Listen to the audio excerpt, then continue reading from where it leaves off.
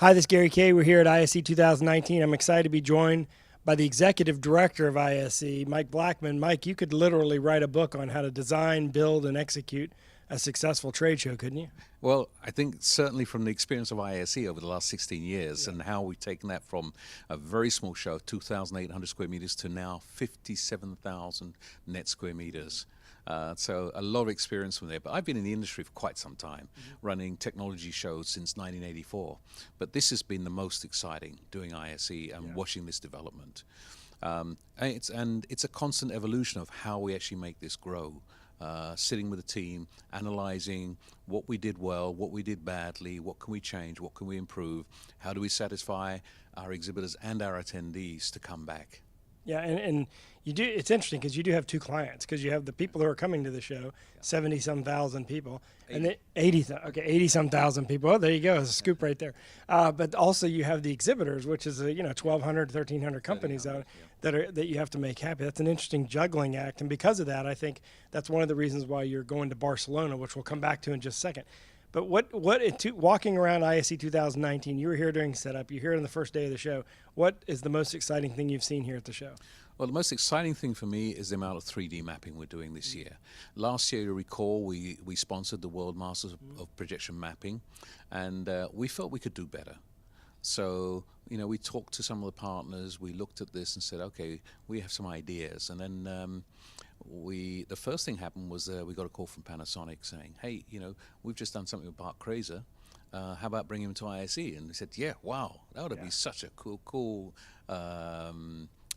premiere for us. Yeah. And we talked with Bart, and he said, well, he'll do a new sculpture, and he's prepared to premiere it here at ISE. And then the keynote we originally planned fell out, and we went back to Bart and said, you want to do the keynote? And he was really excited. I don't know if you were in there yesterday. You see the stuff he created and has done. It's really interesting for our industry. It gives me inspiration looking at all of that.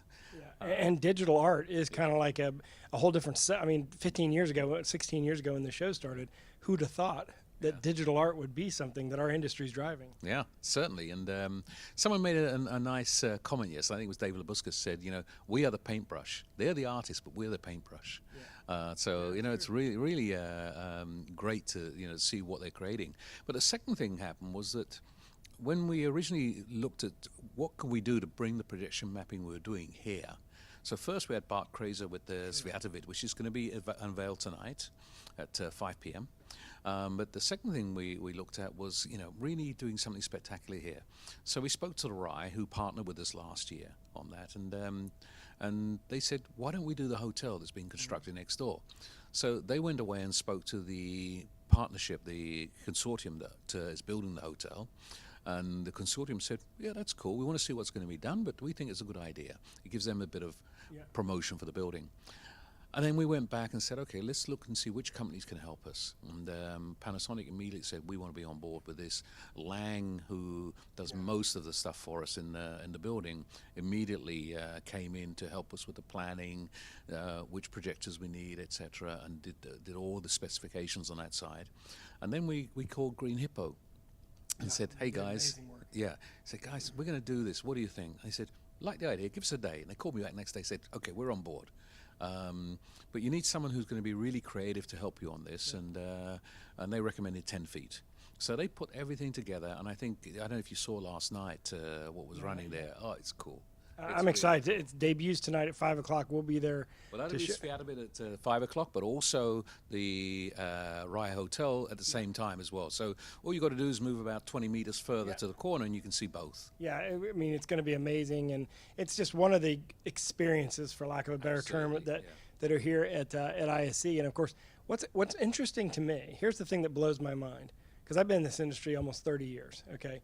What blows my mind, having been in this industry so long, is that literally manufacturers have re-engineered their product launches around your show, which 15, 16 years ago didn't exist. Yeah. Everything was geared around a summer release because of Infocom. Now, manufacturers have switched, And you kind of fall in an interesting time because in addition to them re-engineering their launches, you're right after CES, so you get the best of consumer and professional. Yeah, well, I mean, when we look at the display side, that's the big advantage there. And as you say, you saw 16 years ago, everything was focused around the summer period. Yeah. Now, for a display manufacturer, they can actually do a commercial and a residential product, a consumer product at the same time.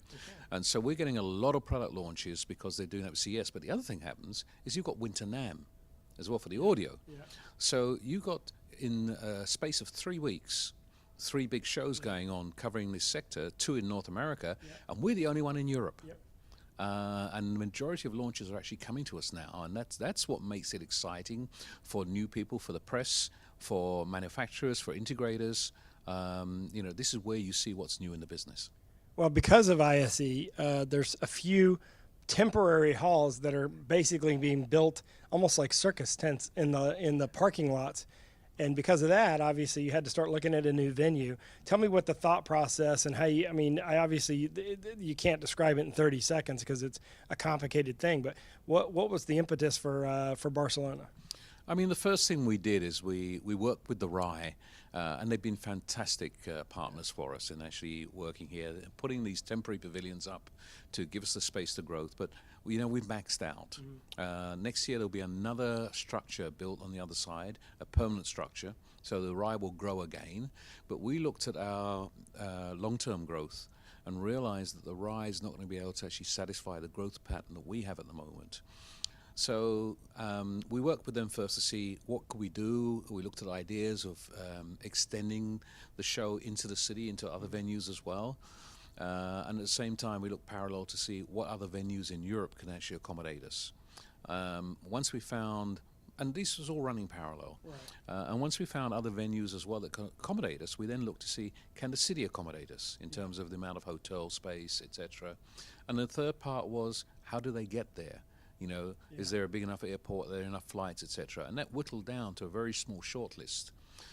We then sent out an RFP to the venues then, and they came back, and we visited a few and talked with them to see what could be done, because the other factor was the time slot. We could not lose this time slot.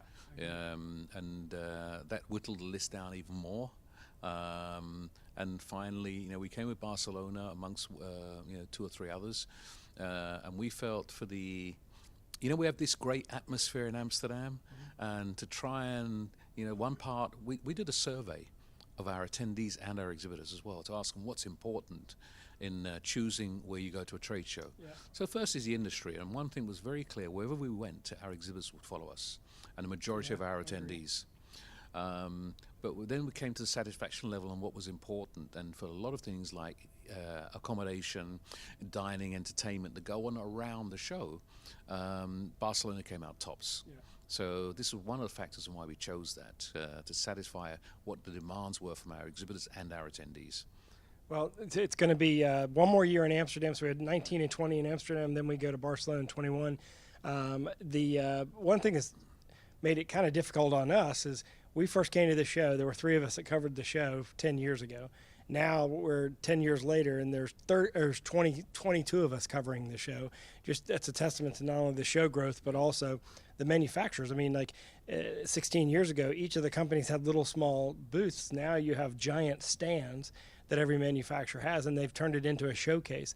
Do you see that, obviously you pick Barcelona because of the growth capabilities, but also the infrastructure, but do you see us adding to the show and kind of, because our industry's kind of moving towards IT, our industry's kind of moving towards infrastructure and facility building maintenance and control. Do you see our show being able to grow outside of AV? We are focused on AV, but what we're looking at is the sectors of AV that, so much is IT based anyway, so we can't avoid that. Infrastructure is becoming more and more important to what AV solutions are being, what are supporting buildings. That's why we do a smart building conference, and you see a lot of the manufacturers here are going into those sectors. What you also see is an influx of companies like Microsoft and Cisco, etc., coming into the show because their products, or they're buying companies who are in the AV sector.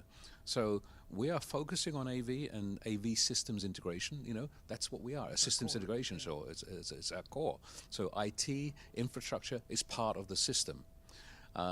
We're not going to cover cars. I mean, yes, there's a Tesla there, but that's a bit of a unicorn there.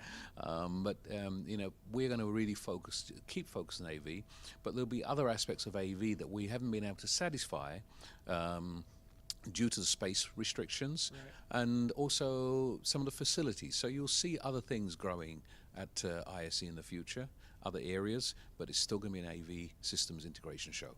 Well, that's the best thing about this, is that we know exactly what to expect. Of course, we're all going to be nervous about going to Barcelona.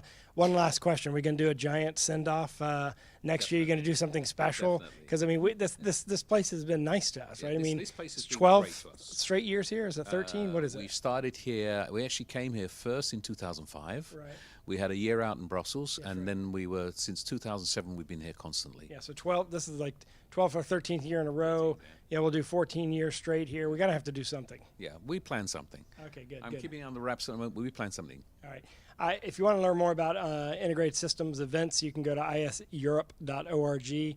Of course, you can see all of our coverage of ISE 2019 at ravepubs.com/ISE 2019. Mike Blackman, thank you very much. Congratulations on your success. Thank you. Where are you going to vacation after this? I'm going skiing in Kitzbühel.